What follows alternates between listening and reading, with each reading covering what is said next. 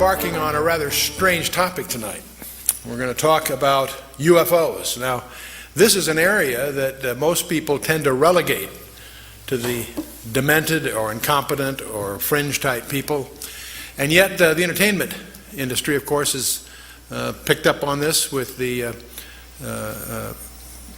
crop circle thing called Signs, which many may have seen, and also Steven Spielberg did a mini-series called Taken, focusing on the abductions and so forth.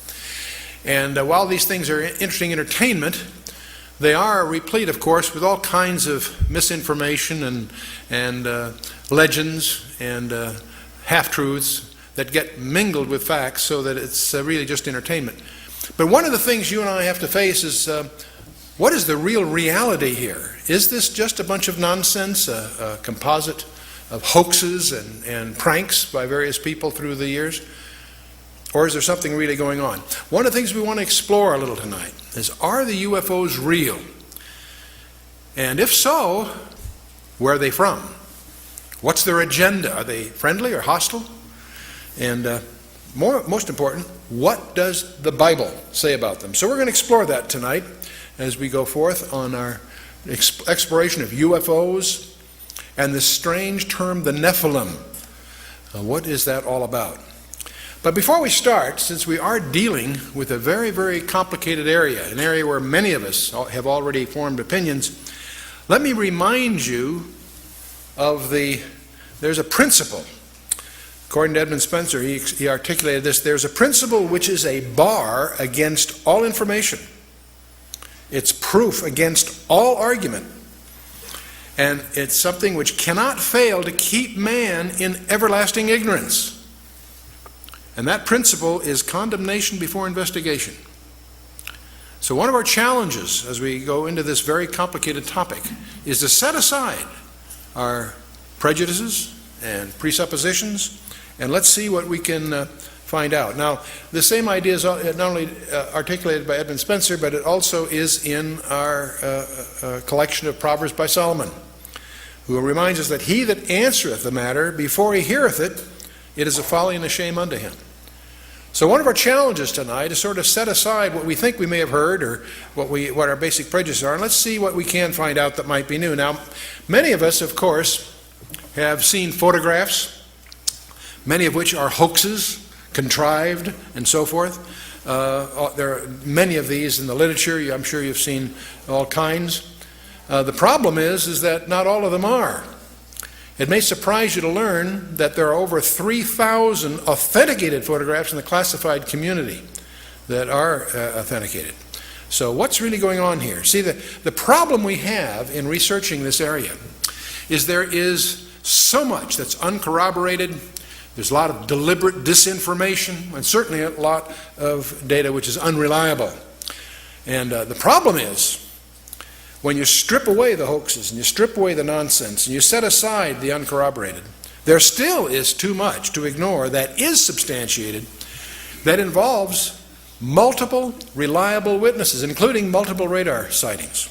And radars generally don't have hallucinations. And this idea of being plotted simultaneously on multiple radars is something that should get our attention. And now, give you one example. Back on June 18th of 1997, there was a strange vehicle that appeared over Phoenix, Arizona. In fact, went over most of the state at about 30 miles an hour, which is very slow for an airborne vehicle. There were some that said they felt they could have hit it with a ball that seemed that close as it went over. And it created quite a stir. And on March 13th, there were sightings all the way from Casa Grande and Chandler all the way up through the northern part of the state, Prescott and so forth. So it wasn't just a local phenomenon, and it created quite a stir. Now, the governor of Arizona made a big mistake by treating a press conference the following morning lightly, as humor. And it didn't go over very well because people were upset because they were getting stonewalled by the government. Even though there were denials by the Air Force, they saw the fighter jets sortie after them and so on, so it created quite a stir. It wasn't picked up in the national media it was picked up, of course, substantially in the local media, that is in the state of Arizona. And one of the things that's strange about this is that it happened in March of 1997. It didn't show up until June 18th. And what's strange to me is not just the event that happened in March, but there was no word about it in the national media. But then for some reason, no obvious reason, on June 18th, it was on the front page of USA Today. That's where this picture came from. It was on the NBC, CBS, CNN, all the major networks had this brief comment about what happened. What was puzzling about it didn't happen on June 18th, it happened back in March. And I haven't been able to determine what triggered the news media to make it a big event at that time. It's one thing it does demonstrate is how the news is managed, because all the networks pick it up at the same time for no ostensible reason. But as we talk about these kinds of things, sooner or later we have to focus on the Roswell incident. And many of you realize that approximately July 4th, a few days following maybe, some object, that's in 1947, some object landed near Roswell, New Mexico. And Sheriff George Wilcox contacted the Roswell Army Airfield regarding wreckage that was discovered on Max Brazel's ranch, or in that area. The Army seals off the area and confiscates everything that was there. And on the 8th of July, Colonel William Blanchard, who was commander of the 509th Bomb Group, that was our primary atomic bomb group in those days, he issued an official press release stating that the wreckage of a crashed disk had been recovered. Now, this press release went out early enough on July 8th to be picked up by 30 newspapers across the country. And so it is. And this is a snapshot of what it looks like. The RAAF captures flying saucer on ranch in Roswell region and so forth. And no details of flying disc are revealed, etc., etc. Except within hours, something very strange happens. A second press release, which had tried to rescind the first one, was issued from the office of Brigadier General Roger Ramey, who was commander of the 8th Air Force.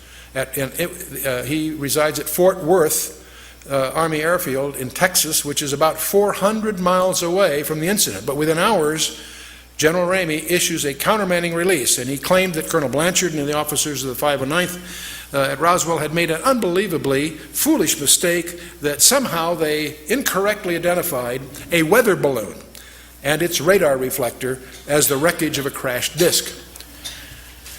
Now, frankly, everyone that heard this, that thought about it a little bit, realized that was just a very contrived cover story. And this press release that in effect hit the next day by General Ramey caused, it was in effect a denial, did not explain why they confiscated everything, why the whole subject has been classified to this day. And now what that really did, this absurd cover story, frankly, just fueled the 50 years, the intervening 50 years of conjectures and all kinds of anecdotal testimonies of people who were involved peripherally. All kinds of stories have been echoing throughout this half century that's transpired since July of 1947.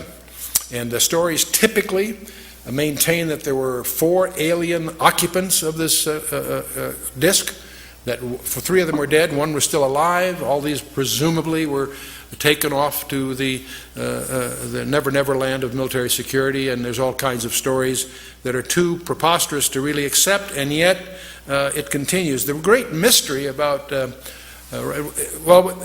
when I travel, one of the most often questions I get is, what really happened at Roswell?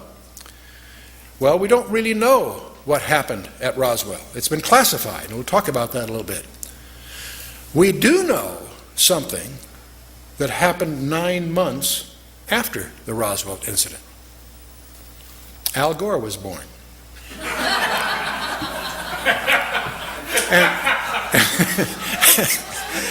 And it turns out he really was. The Roswell incident occurred nominally about July the days following July 4th in 1947. His birthday is March 31st of 1948, and that makes it a cute quip, because every audiences always seem to enjoy that kind of a crack.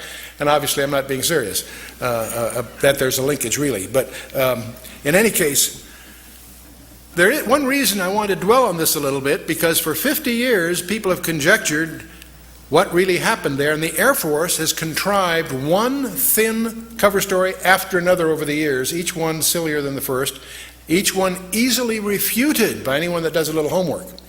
So you wonder, why is this thing still classified? Several presidents and half a dozen congressmen have tried to crack the security surrounding Roswell to no avail. What could have happened there that is still to this day regarded as an item of national security? And now, interestingly enough, just in the last few months, there appears that we now have what some people would call the smoking gun. There is some tangible evidence that's finally emerged that there was a crash of some kind, and it did have victims of some sort. You see, when General Ramey at Fort Worth issued that cover story, the press was present, and many pictures were taken. And James Bond Johnson of the Fort Worth Star-Telegram was among them. And on July 8th, he took a photograph, which a number of the photographs happened to show General Ramey clutching a sheaf of papers in his hand that apparently was a communique to Washington, D.C., and he happened to have it in his hand while he was going through this explanation and demonstrating that this really was a weather balloon. They had some props there that they showed and so forth. Well, it turns out that was in July 47. Since 1947, we've made a lot of progress in digital imaging technology. And this sheaf of paper that was photographed was analyzed with a digital photo scanner and enlarged and enhanced the words printed on the folded piece of paper.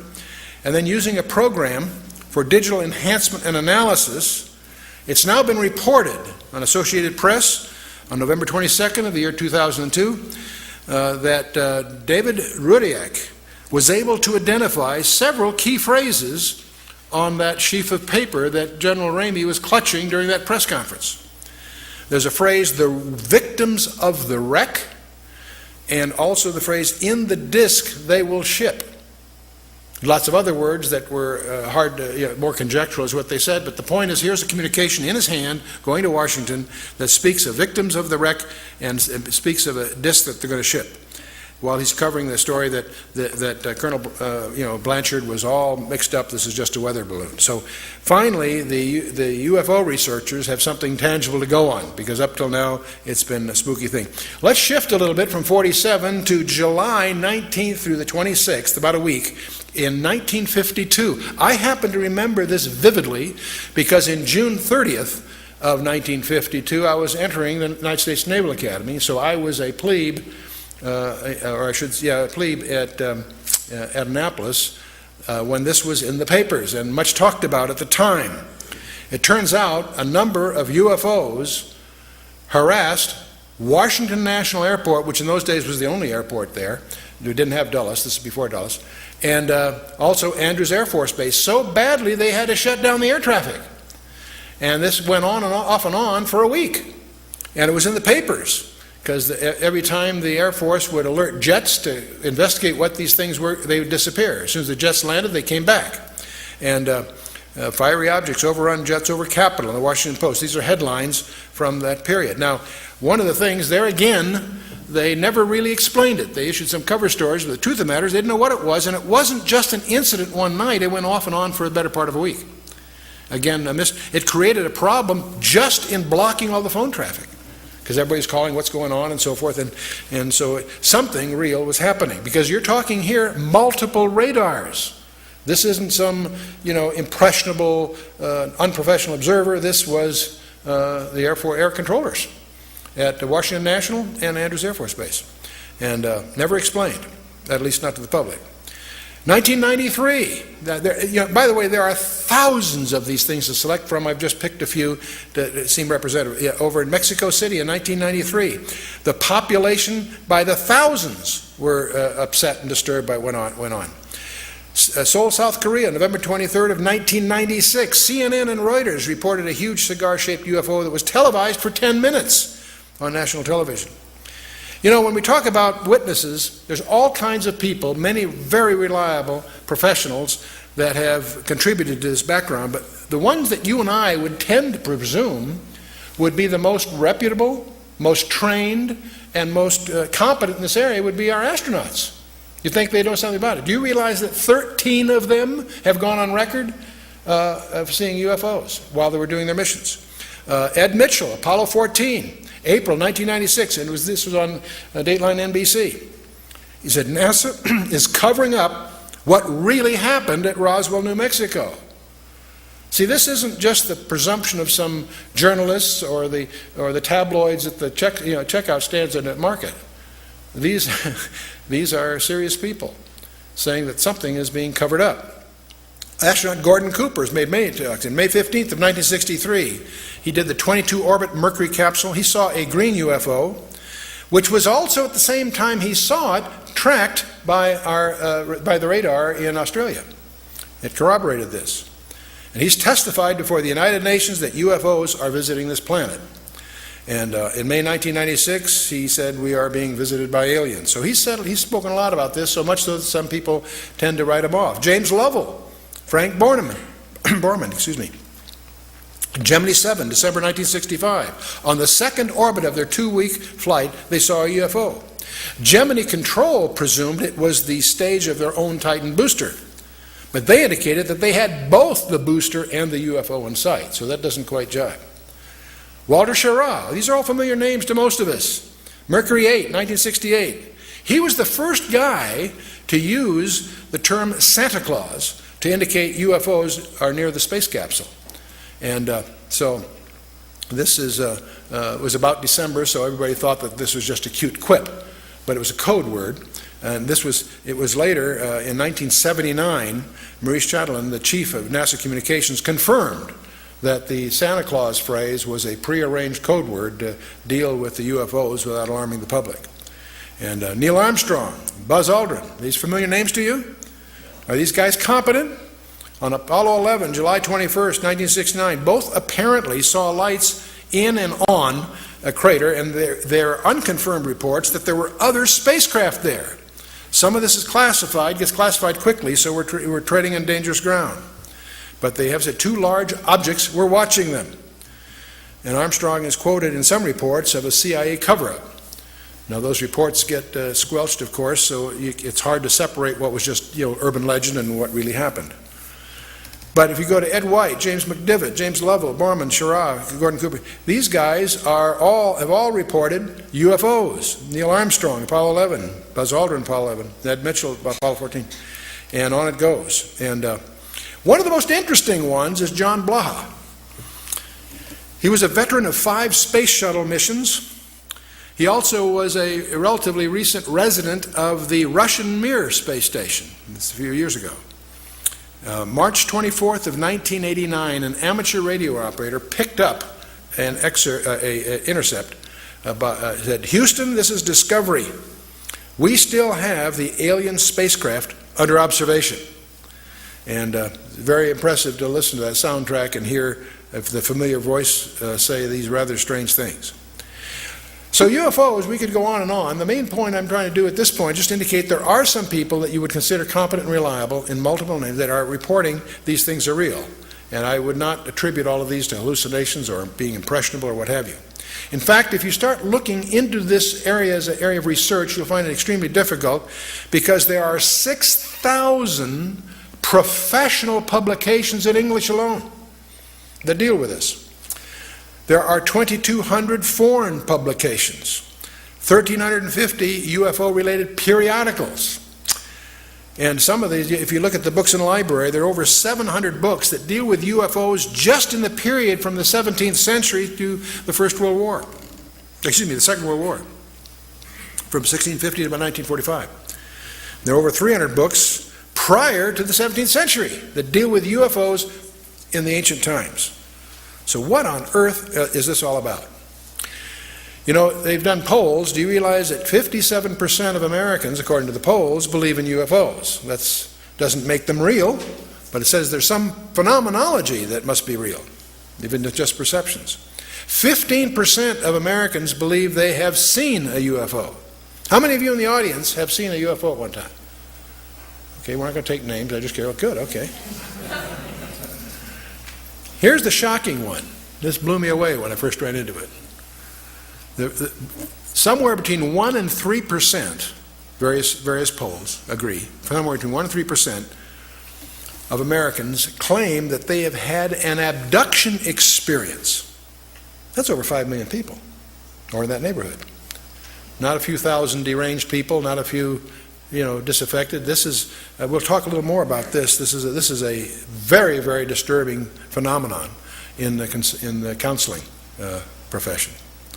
Now, part of the problem of the UFOs is they have some paradoxical behavior.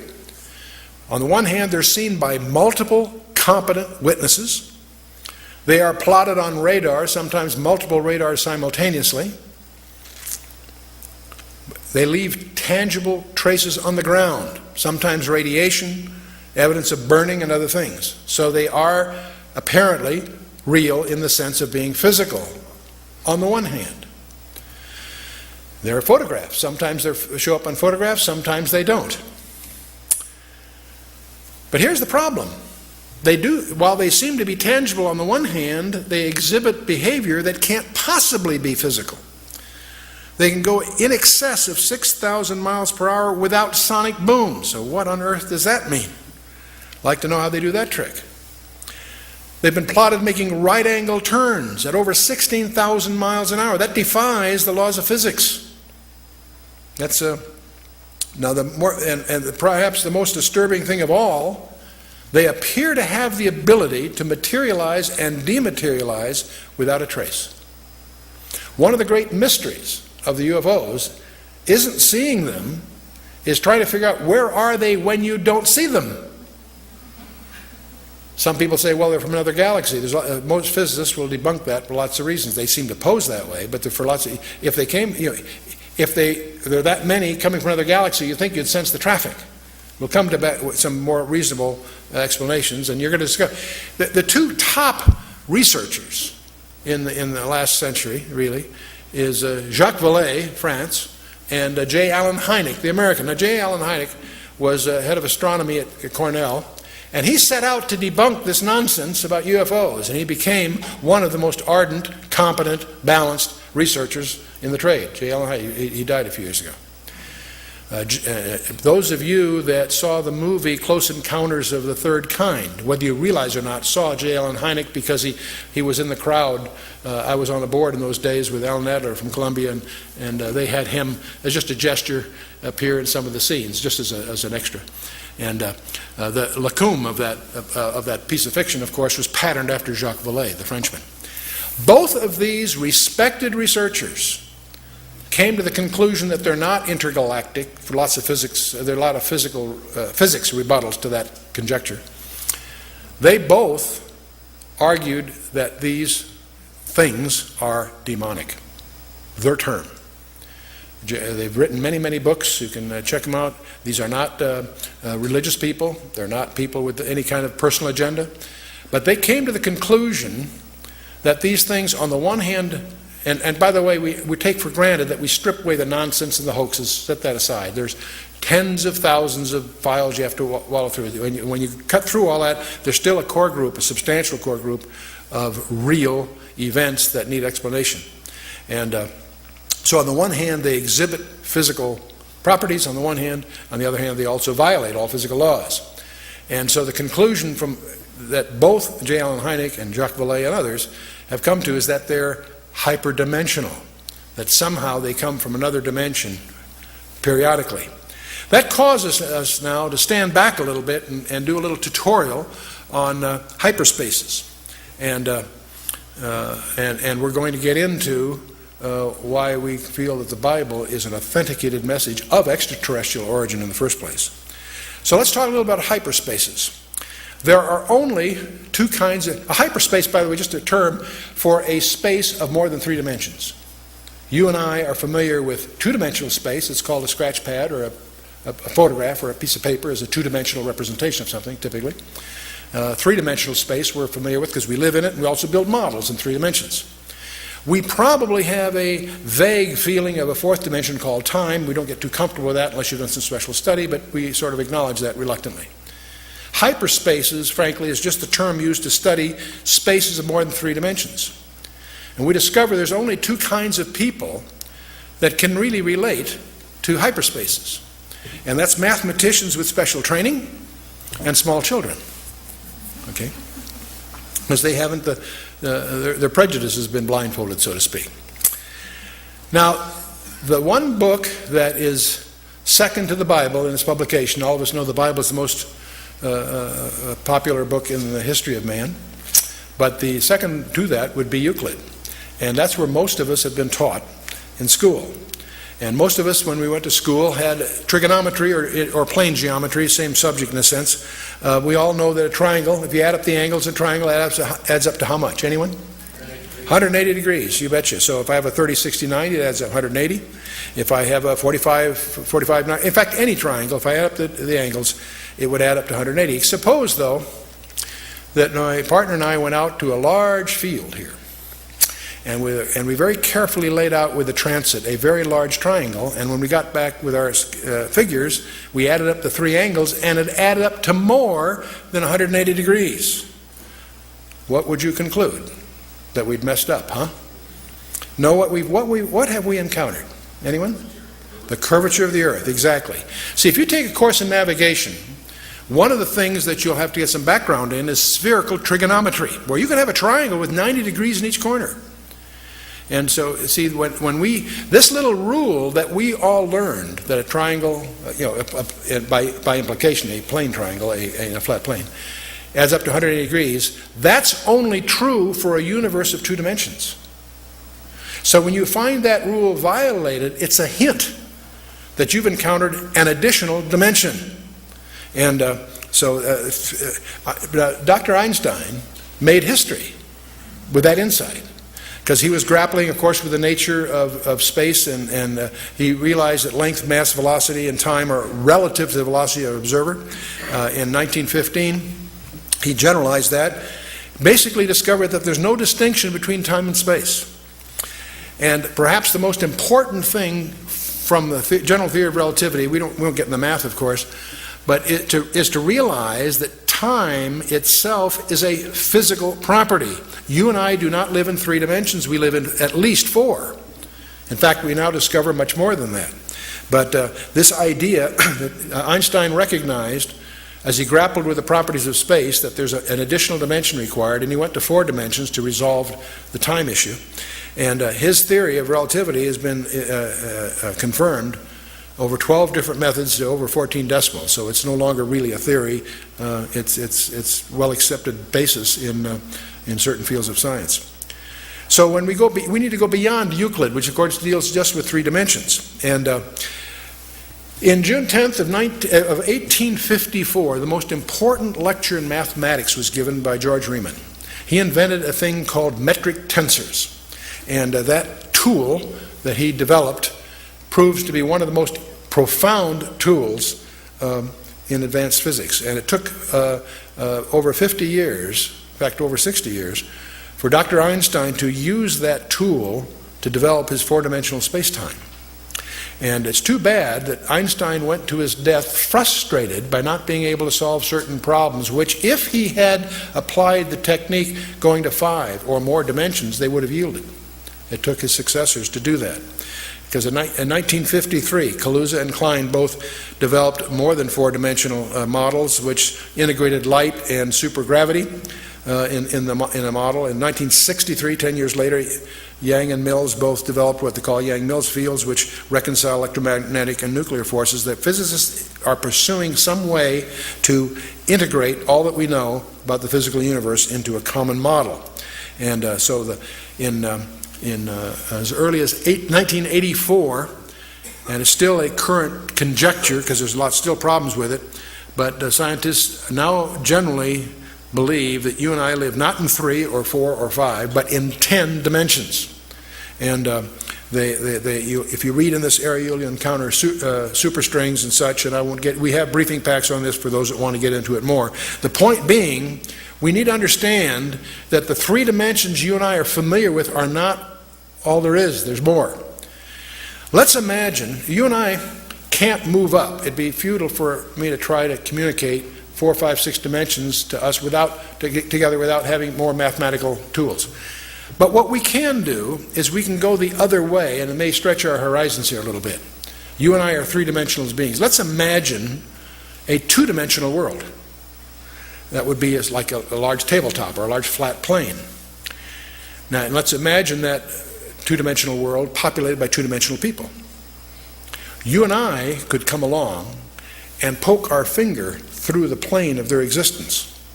And what would they see? They would see a circle.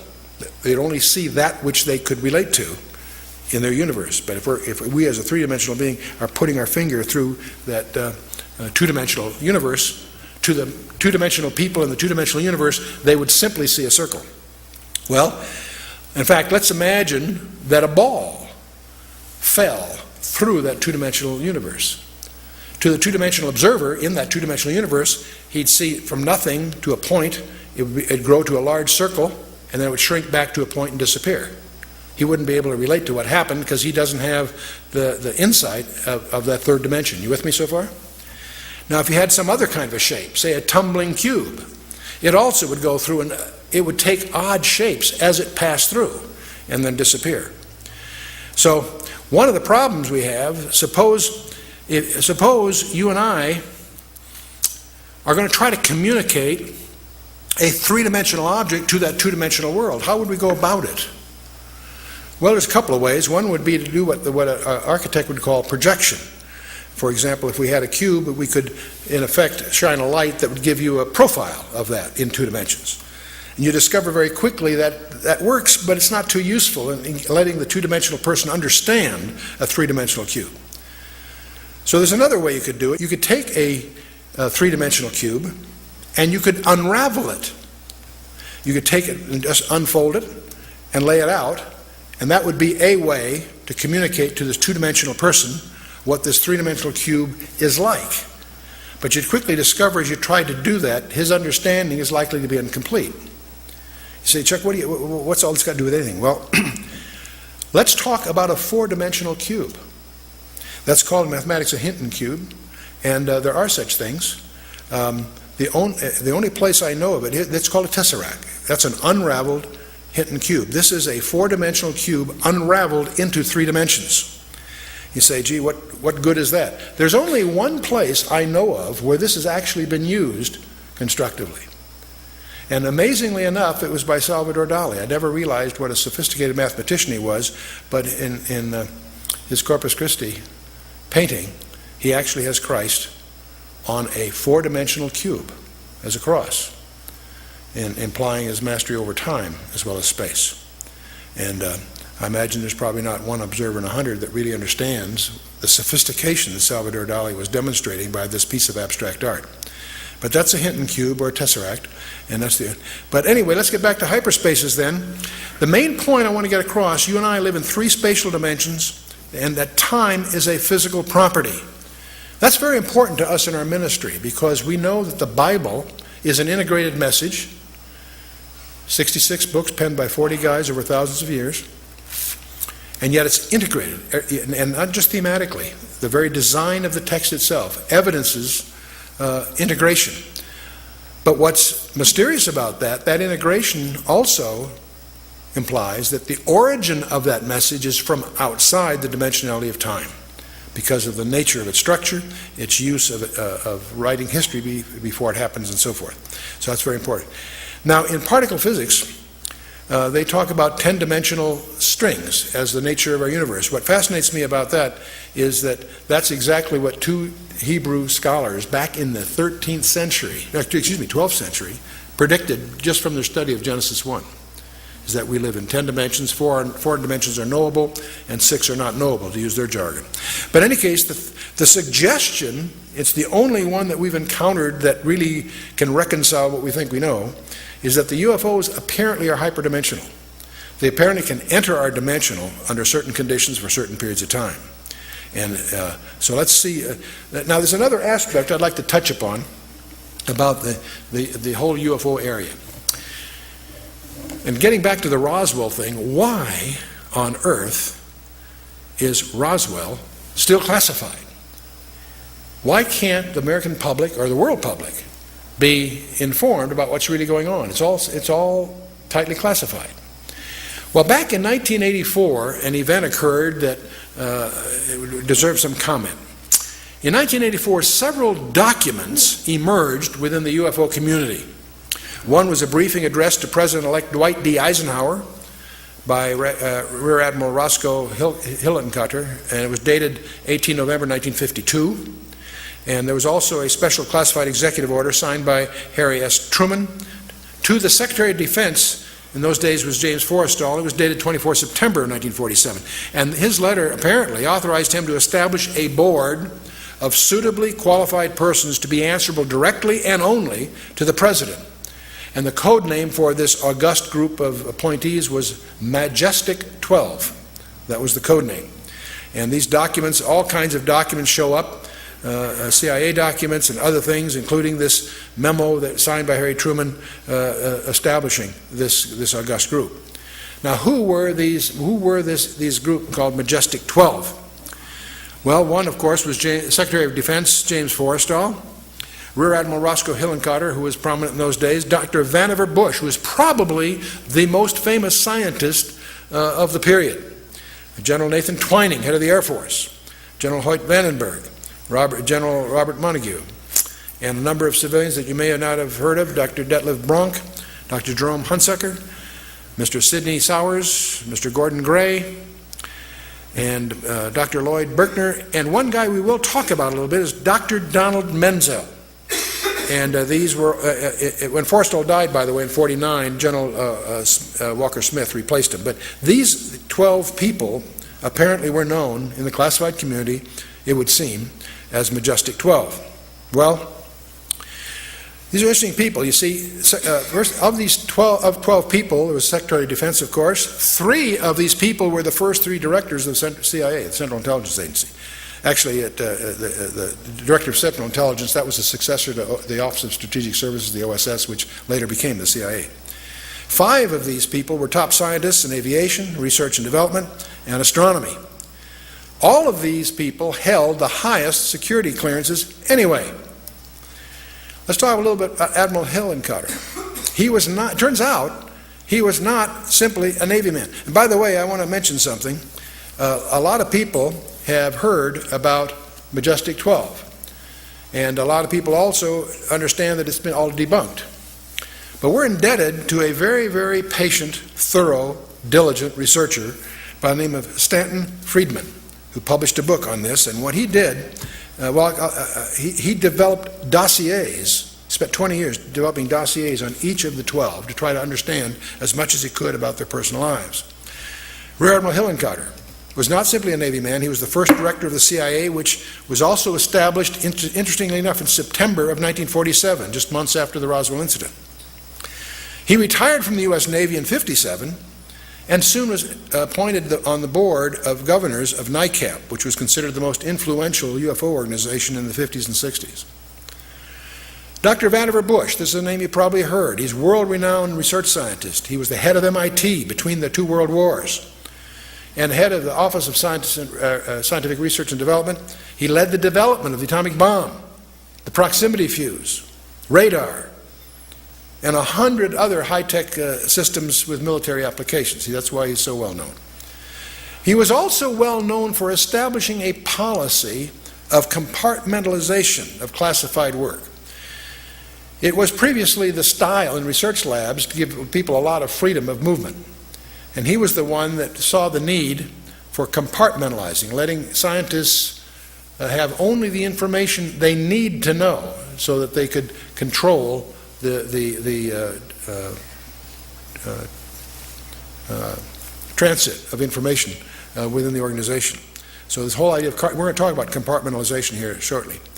Well, this whole MJ-12 there are two kinds of people, those that have never heard of MJ-12 and those that know that it was just a hoax. You see, somebody noticed that apparently that the typewriter that was used to type the Truman Executive Order of 1947 was deemed a Smith Corona model that had not been manufactured until 1963. So you start to smell a hoax, if that's true. The signature on the the signature on the memorandum had apparently been photocopied from an unrelated letter that Truman wrote to Vannevar Bush back, written in 1st of October of 1947. So you get the impression this thing was just a hoax. There are other anomalies that were noted and published in various media, so it quickly, within the UFO community, in just a few years, it was recognized by everyone that these documents were just fakes. And so most people either never heard of MJ-12 or they, quote, know, close quote, that it was just a very elaborate hoax. Until Friedman comes along. Stanton Friedman, he was a nuclear physicist.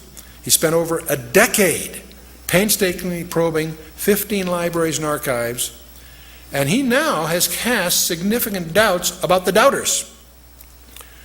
He has refuted most of the documentation quibbles that were raised by the skeptics, but more importantly, he compiled detailed dossiers on each of the 12, and he's made some intriguing discoveries. See, by collecting the details on each one, some very interesting corroborations have emerged. And these are all published in this book, Top Secret Magic, in 1996. Let's take General Nathan Twining as an example. He had been scheduled to fly to Seattle on July 16th of 1947 to review the new B-50 bomber that was being built by Boeing at that time, and also to do some fishing with some old friends. So that was all scheduled for some time. Suddenly, General Twining canceled his Seattle trip and headed for New Mexico on July 7th. This is billed as just a routine inspection, but that doesn't jibe with the apparent urgency to upset all these other long-laid plans for no apparent specific reason. It's also interesting that on July 9th, President Truman met with New Mexico Senator Chavez with no reason given. So you get the feeling behind these calendar entries there's something going on. Another interesting guy is Donald Menzel. He apparently, Friedman discovers, led a double life. As a UFO debunker and a distinguished astronomer in public, he was a well-known astronomer. He also ran around poking holes at these UFO conjectures that were going on in those days. But it turns out he was also a linguist, a cryptographer, and a consultant to the National Security Agency and the Defense Intelligence Agency for more than 30 years, and this was not known in the public. There's something Stanton found out by doing his homework. He held a top secret ultra clearance, and none of this was known to the general public. So it's interesting, whoever contrived this hoax had a lot of inside information somehow. Now what's also provocative is Dr. Menzel, he gave some technical explanations disputing some UFO incidents that often were not scientifically defendable, especially for a guy like him who is a competent technologist. So it's strongly suggestive that he had a private agenda of disinformation as part of his job. So at this point it may be useful to highlight, again this is a little tutorial, which I'm going to call the anatomy of secrecy. How do you make something secret within the government or military community? Well, the first thing, you can define the content of what's going on as secret or top secret or whatever level is justified by the content of the material. If there's a contract, the content of the work can be classified secret, top secret, what have you.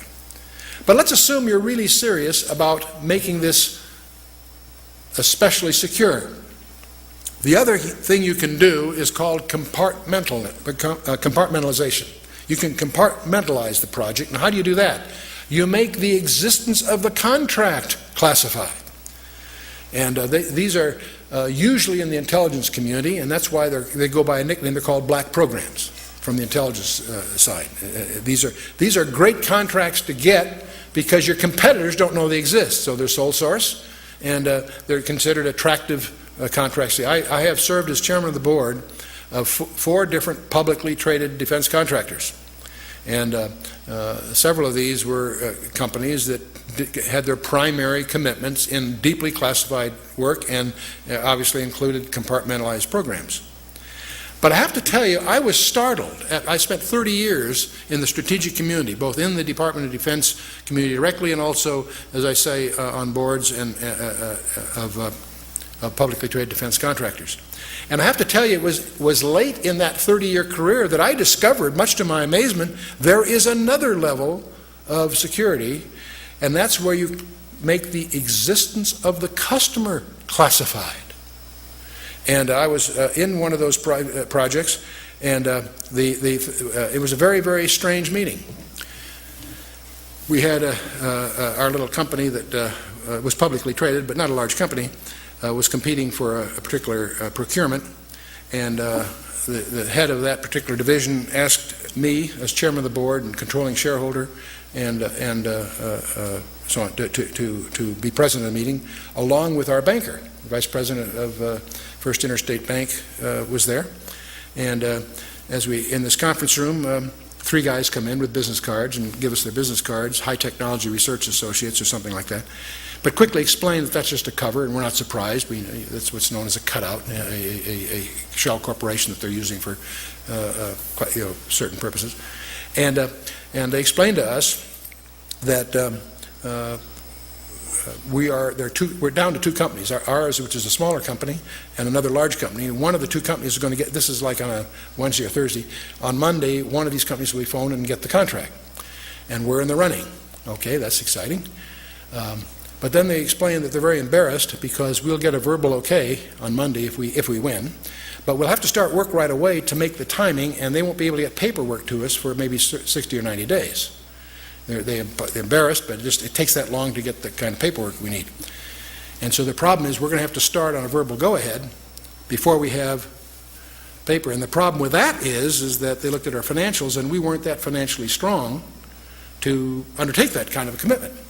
And so that's why they wanted a banker there. And so they said, could the bank extend? I think we had a credit line in those days of, I think, $4.5 million. It would take another $1.5 million to make us presentable for this purpose. And so they asked the bank if the bank could increase our credit line for $1.5 million. The banker very naturally said, "You don't tell us who you are, and you won't tell us what it's all about." The answer is no. And so we're at a stalemate because, as it said, we wouldn't be qualified. And I turned to the vice president of First Interstate Bank. I says, "You people have my personal financials." In those days, I had money. That's before I got in my project with the Russians. But anyway, that took me down. But the point is, in those days, I had a net worth. I says, you have a net worth. If I guaranteed the incremental loan, would the bank willing to go along with this? And he said, I can't. He says he didn't have the authority, but we go downtown. He says they'd probably go along with that. So I turned to the customer. I says, if I can pull that off in the next 24 hours, would that suffice? And they said, sure. So that's exactly what we did. I went downtown the next morning to First Interstate Bank. We signed some papers, and I guaranteed an incremental $1.5 million on the existing $4.5 million loan on that Thursday or Friday, whatever it was. And that Monday, we did get a phone call, and we won this contract. And that was it turned out to be the electronics for the B-2. And it was 18 months later that whole project got transferred to Northrop. But prior to that, it was in an organization whose existence is classified. And so it startled me to discover that there's a whole procedure. There are cost recovery procedures, there are courts, there's all the necessary infrastructure to make this all work is in place, and it's all highly classified to protect even the existence of the customer. That's the third level, if you will. You follow me? Well, one of the things that I want to, when you start talking about this, with that kind of a structure, how do you also really protect something that you're trying to keep secret? And one of the things you can do is have an active disinformation strategy. You not only keep it secret, you publish things to keep people from understanding what it is, you discredit it or whatever else. And we did that, for example, in the Manhattan Project during World War II. The very existence of our atomic bomb project, the so-called Manhattan Project, was hidden under a whole bunch of other cover stories and pseudo-projects. You went through certain doors, there were projects going on that really had nothing to do with anything, they were just a cover to hide what was really going on. Active disinformation. And one of the things I personally suspect is that's exactly what they did with MJ-12. It's very possible that they surface documents that have flaws in them, knowing that after a few months, few years, whatever, the diligence of researchers will discover that that couldn't have been that typewriter, that really isn't Truman's signature, whatever. So everybody knows that MJ-12 is just a big hoax. What a perfect cover. Ask anybody that's in this community about MJ-12 and they'll shrug it off right away. Oh, that's that hoax that surfaced in the 80s. Really? What a perfect cover. And obviously, if I think it's real, I think it's continued. It obviously has gone under new names and so forth. But I suddenly began to realize that the debunking of MJ-12 may be very well, there's a number of reasons I don't want to get into that caused me to suspect that that all was contrived. There have been some others like that, incidentally. So there's a continuing mystery. Why is somebody going to all this trouble to hide, for example, the Roswell stuff from after 56 years, whatever it is, 57 years? 2 presidents, 4 congressmen failed to penetrate the security surrounding the UFO-related issues. That's strange. By the way, a Canadian embassy inquiry was rebuffed in Washington, D.C., with the disclosure that the topic of UFOs enjoys a classification higher than our most secret warheads, the W-88s. They made an inquiry and they got turned down, but they made a mistake when they turned it down because they disclosed the fact that what they were after, which is some UFO information, was classified more highly than our weapon systems. Why? And now, by the way, just as we have Roswell in the United States, in England they have the famous Rendlesham Forest incident. And this is kind of interesting. On December 26th and 27th, the day after and then the next day of Christmas, in 1980, there's a forest that's right next to a U.S. air base and a Royal Air Base at Woodbridge in Suffolk, England.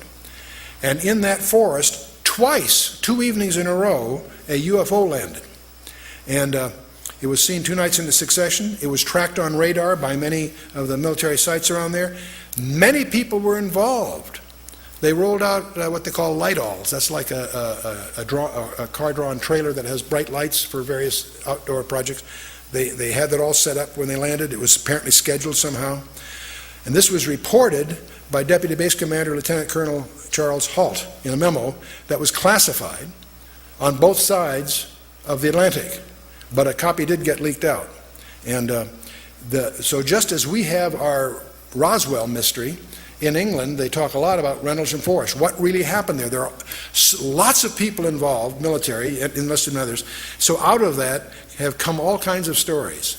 Many of them are too afraid to even talk about it. Others that share incidents, and they're very just as they're bizarre tales about Roswell, there's even more bizarre tales about Rendlesham Forest. Well, the good news is the UK government has announced last few months that the Rendlesham file is going to be released. They're moving towards a Freedom of Information Act kind of posture, and apparently the Rendlesham Forest files, which have only been seen by about 20 people up until the release, and we're moving into a day when some of these mysteries are going to be revealed. Now, another thing comes up when you talk about these topics are crop circles, and this might be a good chance for our TV people to change tapes if they want. So why don't let's take a 5-minute stretch break and let them collect themselves, and we'll pick up crop circles and some subsequent things following, okay?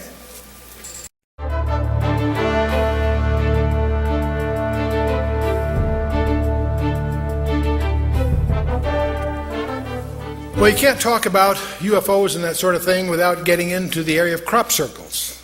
And the recent movie Signs with Mel Gibson is an example of that. It was a amalgam of urban legends. They used corn stalks. None of the crop circles have used corn stalks, incidentally, but that's trivial. The real thing is, what about these crop circles? Many of us have heard that they're just developed by pranksters. Pranks with planks is the way most people regard them. And indeed, that probably covers many of them. I think most of you can have seen various patterns that occur in crops, not just in England, by the way, all over the world. They have showed up more and more with increasing. In fact, there are websites that just keep track of the various styles. They are in the thousands, by the way. These are just some representative shots of them. And various patterns Not all of them circular, by the way, but and of course many people associate these with UFOs. Many of these patterns there have been observers claim there have been UFOs seen over the fields the night before the crop circles are discovered, that sort of thing. So there seems to be, at least in the minds of many, an association between them.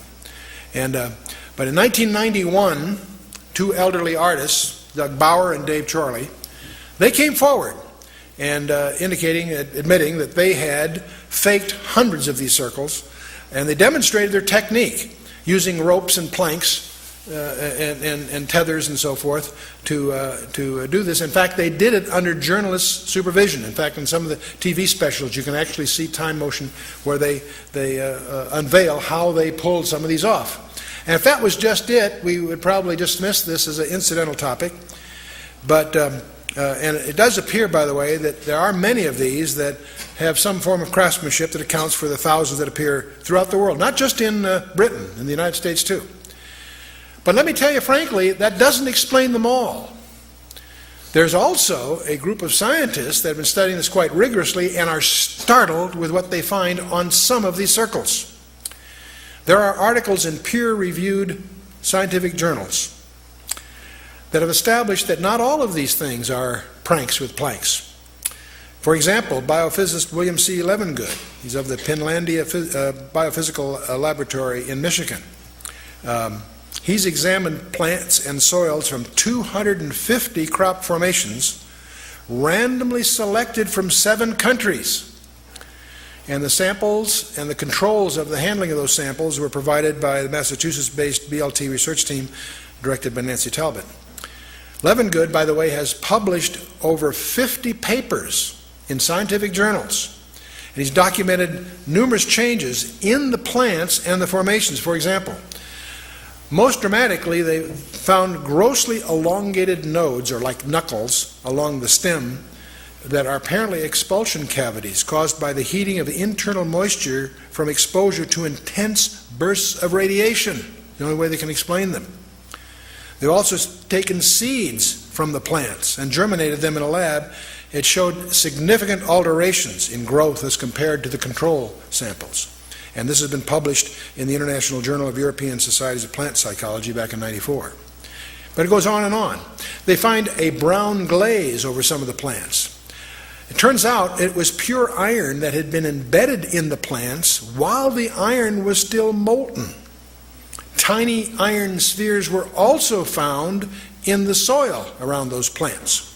And this was published in the Journal of Scientific Exploration in 1995. In 1999, a British investigator, Ronald Ashby, examined the glaze that we're talking about here through optical and scanning electron microscopes. And he determined that the intense heat had been involved, about 2,700 degrees Fahrenheit, which of course would destroy the plants. And there are hundreds of plant and soil samples were collected from a 7-circle barley formation in Edmonton, Canada. The plants had both elongated nodes and expulsion cavities that we talked about, and the soils contained these peculiar iron spheres.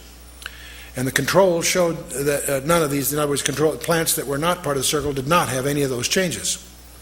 A mineralogist by the name of Sampath Iyengar, Technology and Materials Laboratory in California, examined specific heat-sensitive clay materials in these soils using X-ray diffraction and a scanning electron microscope. He discovered an increase in the degree of crystallinity in the circle minerals in the soil. Statistician Ravi Raghavan determined a 95% statistically significant confidence level in these findings. They have no idea what's causing it. It's clear this was not just some contrived prank for some of them. And so on it goes. Now what was really astounding was the direct correlation between the node length increases in the plants and the increased crystallization in the soil minerals. What that implies is a common energy source for both effects. So somehow there was some very intense energy. This wasn't a couple of guys with planks and ropes playing games. And the scientists could not explain how this is possible, because the temperature required to alter the soil crystallinity would be between 1,500 and 1,800 degrees Fahrenheit, and this of course would destroy the plants. So how did this happen? They don't know. But there are journals and there are scientists that are wrestling with the puzzles of the crop circles. Not the crop circles in general, those that turn out to be what we'll call real ones, not hoaxes. And that's the problem in any research area like this. You got so much noise, it's hard to find the signal, if you will. Well, let's get to the real core of all of this. What's the biblical view? And we're going to talk a little bit about the days of Noah. You know, Jesus gave 4 disciples a confidential briefing on his second coming.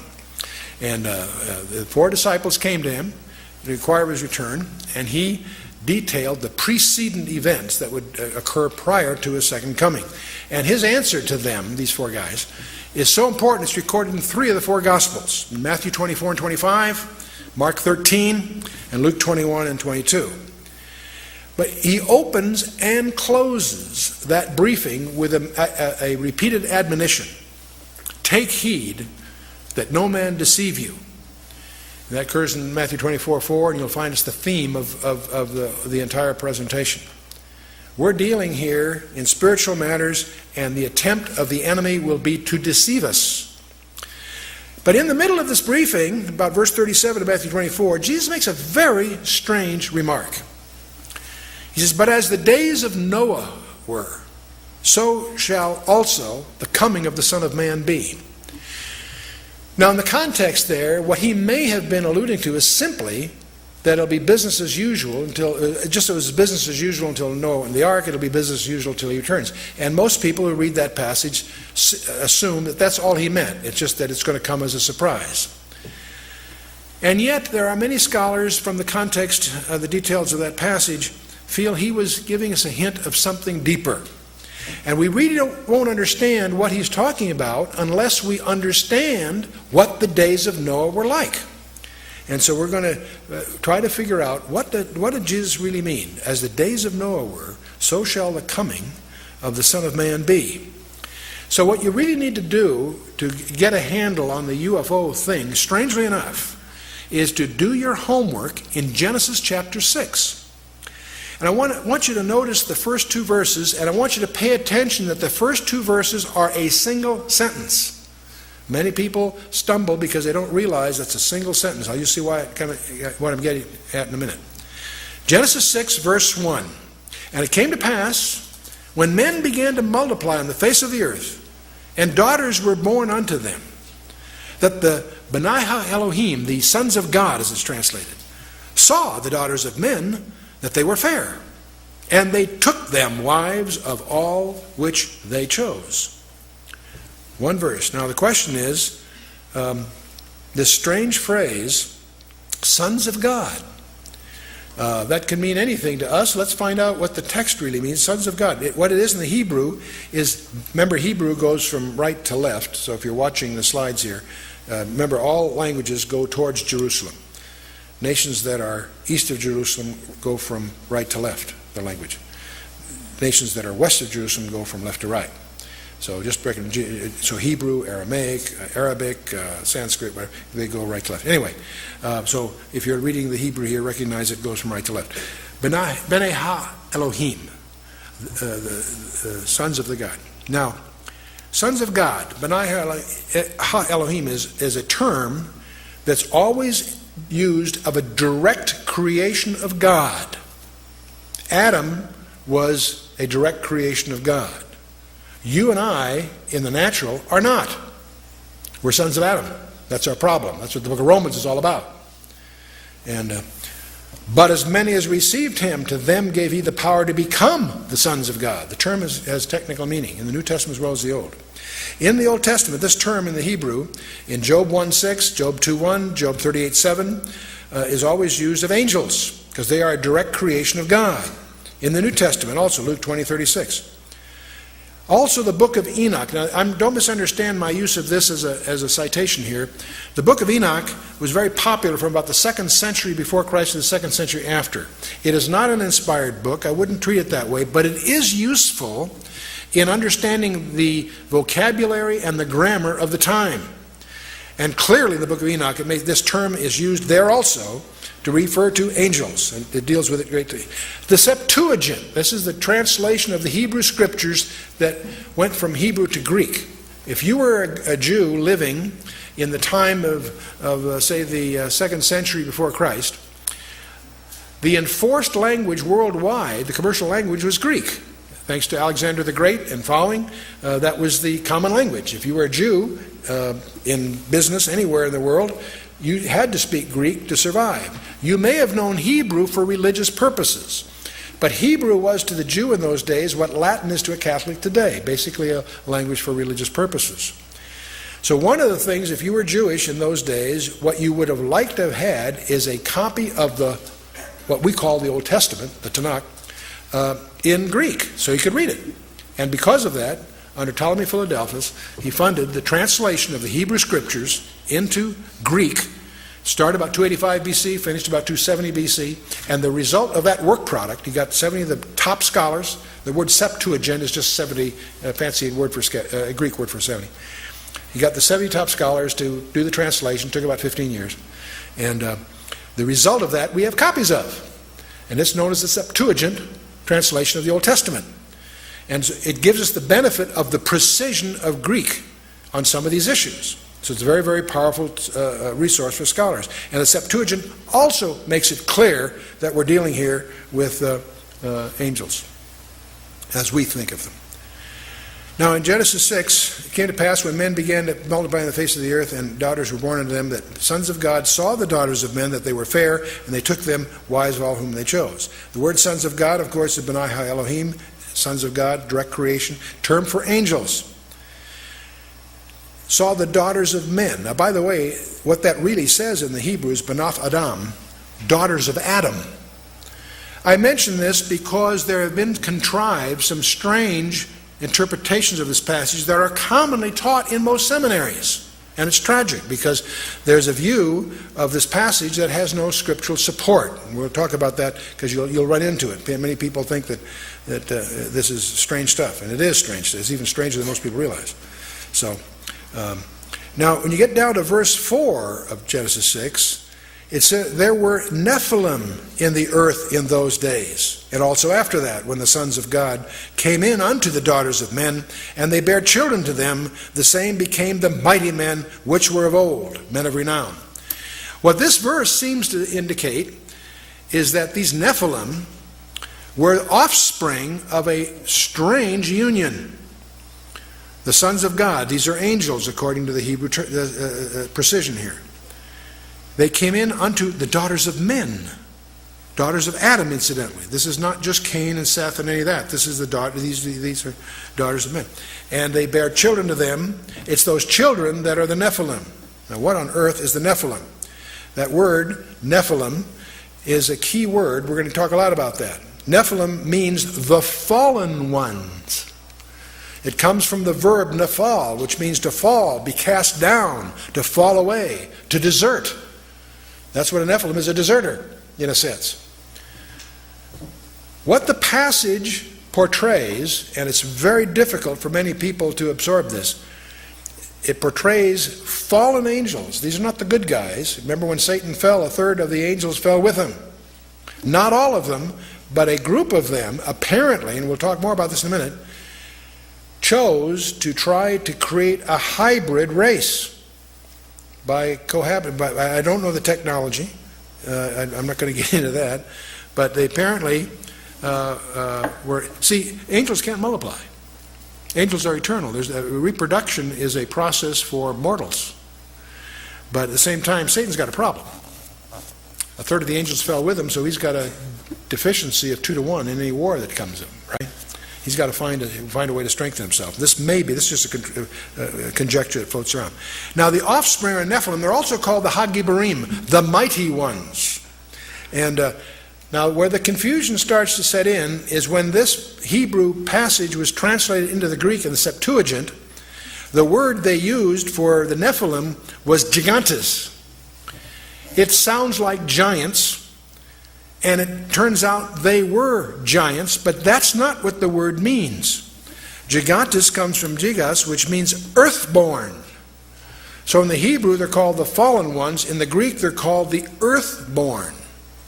And so let's keep that in mind. The fact that they were giants is like a pun. Yes, they were giants, but that's not what the word means. It carries a different meaning. Let's go on a little further in verse 9 of Genesis 6. It says, these are the generations of Noah. Noah was a just man and perfect in his generations, and Noah walked with God. Terrific verse. We've all read it.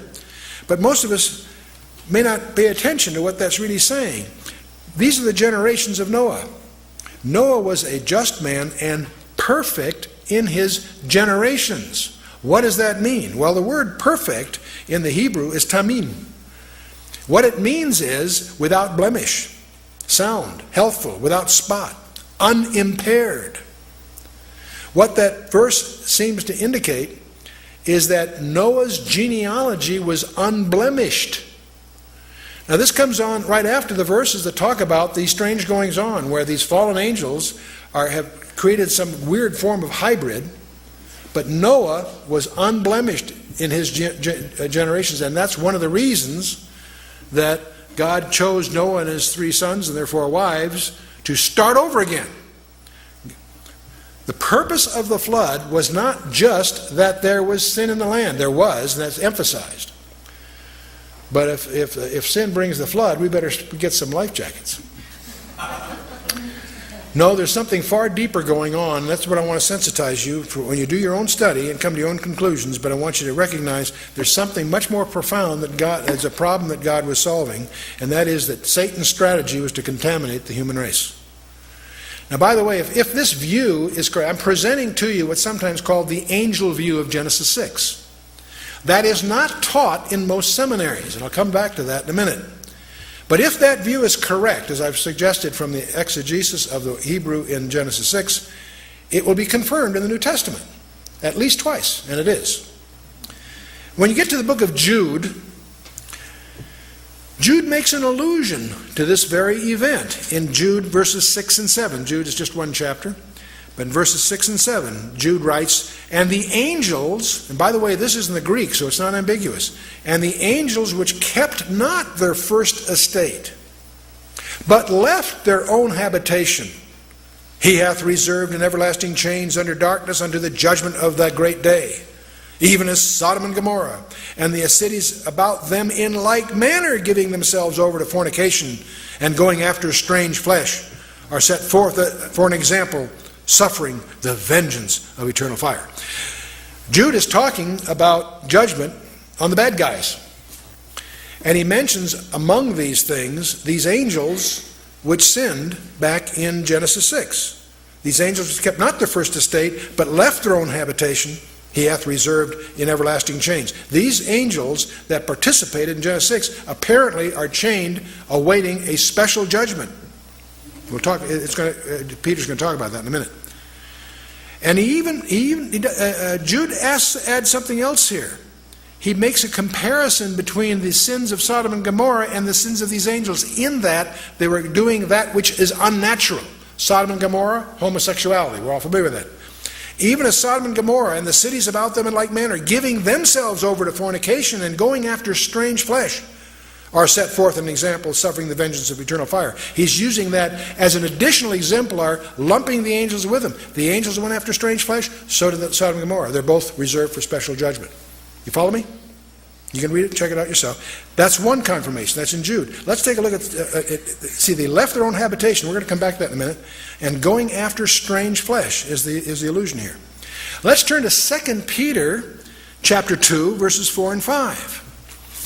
2 Peter, in Peter's second letter, he says, for if God spared not the angels that sinned, but cast them down to Tartarus, it's translated hell in your English Bible, but the Greek word is Tartarus, and it's the only place that word appears in the Bible. I'll come back to that. If God spared not the angels that sinned, but cast them down to Tartarus, and delivered them into chains of darkness to be reserved unto judgment, and spared not the old world, but saved Noah, and he goes on. So Peter does a couple of things here. He again alludes to the angels that sinned. They're cast into Tartarus. I'll tell you more about that in a minute. And they're reserved for a final judgment. And spared not the old world, but saved Noah. In other words, he ties that event, the days of Noah. So he not only confirms Genesis 6, but he also links it to the days of Noah. Okay. The word Tartarus deserves some comment. The problem with this word is it doesn't appear anywhere else in the Bible, but it does appear in Greek literature. It's the Greek term for the dark abode of woe. It is the pit of darkness in the unseen world. It shows up, for example, in Homer's Iliad, where Tartarus is as far below Hades as the earth is below heaven. So where's Tartarus? I don't know, and I don't want to find out. So Tartarus was a term for a deep, special. It was regarded as far below Hades as the earth is below heaven. So it's where these angels are chained until the final thing. Now, if you study classic Greek mythology, you run into the Titans. These creatures in the legends and the myths were partly terrestrial and partly celestial. They rebelled against their father Uranus, and after a prolonged contest were defeated by Zeus and condemned where? Into Tartarus. Do you see a parallel brewing here? I'm going to suggest to you that the legends of the ancient Greeks embody the truth of what really happened in the past, that there were these strange creatures generating hybrids that the Greek called Titans. And we see Zeus in many forms. We see Atlas and Hercules. Atlas and Hercules from Greek mythology were what would be called in the Hebrew Nephilim, offspring of an intermarriage between a god and a woman. And so now these legends we obviously see in the Sumer culture, in Assyria, in Egypt. I'll show you a few things. In the Incas, the Mayan, the Epic of Gilgamesh, in the Persian mythology, and certainly in the Greek mythology, which most of us as products of Western civilization are familiar with. Also in India, Bolivia, South Sea Islands. Every one of these cultures, and the American Indians, every one of these cultures have legends of the star people. These people that came, these gods or demigods, whatever, came and cohabited with women and produced hybrids. I discover from some apparent experts in the American Indian culture that this business of holding a hand up saying how, that's Hollywood. But what apparently was the practice when they met a stranger was to hold up the hand so they could count fingers.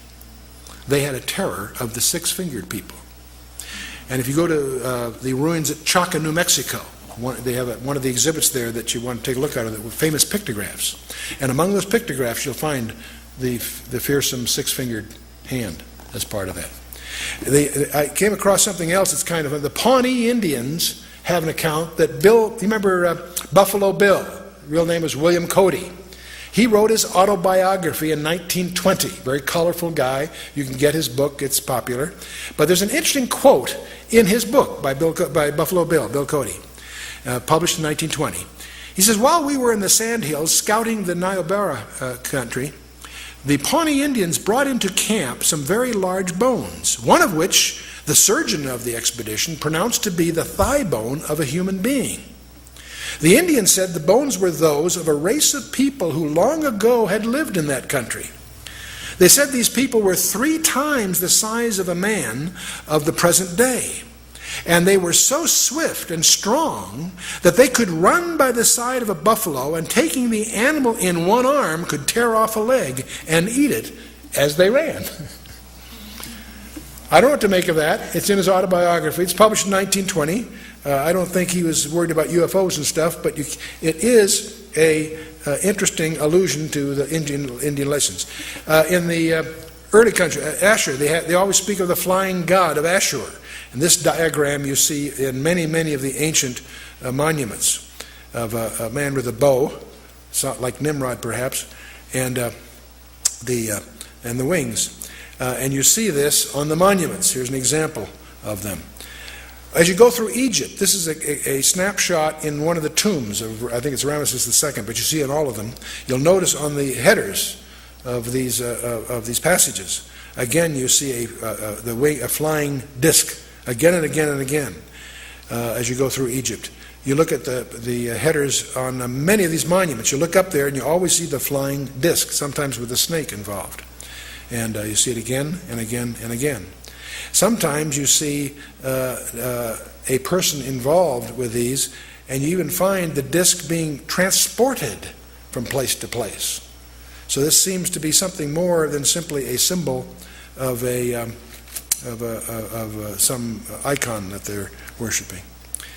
Well, you say, gee, Chuck, this angel view is kind of strange. I hadn't heard of that before. You know, when our book was published, I got telephone calls from top executives of some of the Christian publishers that were angry, not at me, at their seminary background, because many of them are graduates of seminaries, and they were never taught the angel view. And that's disturbing. You may not agree with it, but it still should be taught as one of the alternative views. What most people have taught, you'll find it in many Bible handbook stuff, the so-called lines of Seth view. The idea that we're the sons of God really refers to the line of Seth, the leadership of the line of Seth. And the daughters of Adam really means the daughters of Cain, not Seth. And the sin that is dominant there is their failure to maintain separation, is the concept. Now, it doesn't explain how the offspring of these unions resulted in these strange creatures. If you have a believer and unbeliever marry, they may have monsters, but they're not monstrous. Okay. This whole view of the so-called lines of Seth emerged in the 5th century in the early church. Celsus and Julian the Apostate used the traditional belief. See, this belief that I've shown you was taught by the ancient rabbis in the Old Testament period, and also taught by the early church up through the 5th century. But Celsus and Julian the Apostate used the traditional belief to attack Christianity. They made fun of these people who thought the angels and so forth. They attacked it. Julius Africanus resorted to this Sethite idea as a more comfortable ground.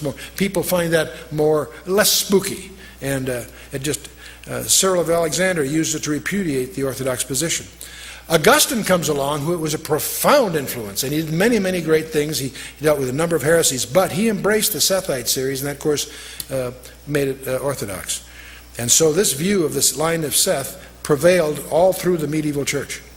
It isn't until you go back to the text and do your homework that you begin to realize that the line of Seth has absolutely no scriptural support. The text itself, the sons of God, is never used of believers in the Old Testament. That's contrived. Seth was not God, Cain was not Adam. The sons of God are not the sons of Seth. And the daughters of Adam were not just the daughters of Cain, they're both. That if you recognize the first two verses are one sentence, a lot of that becomes very obvious.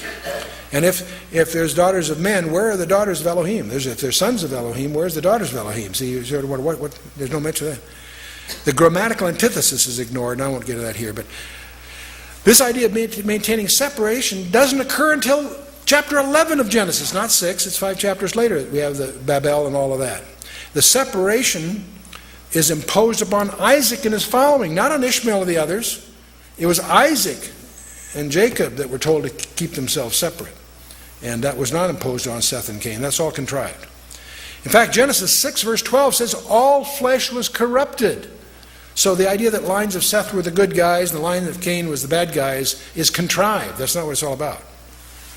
See, the inferred godliness of Seth is contrived. Why was only Enoch and Noah's 8 spared? Were they only good guys? No, it's God's grace, of course. They took wives that they chose. It implies some forcing functions here. And if that's all, if Seth were such good guys, why did they perish in the flood? It doesn't compute.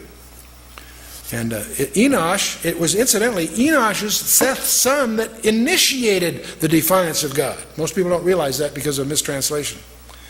Genesis 4:26 should read, then men began to profane, not call upon, profane the name of the Lord. So renders the Targum of Onkelos, the Targum of Jonathan, the major Hebrew rabbis, Rashi, Maimonides, and the rest, and of course Jerome.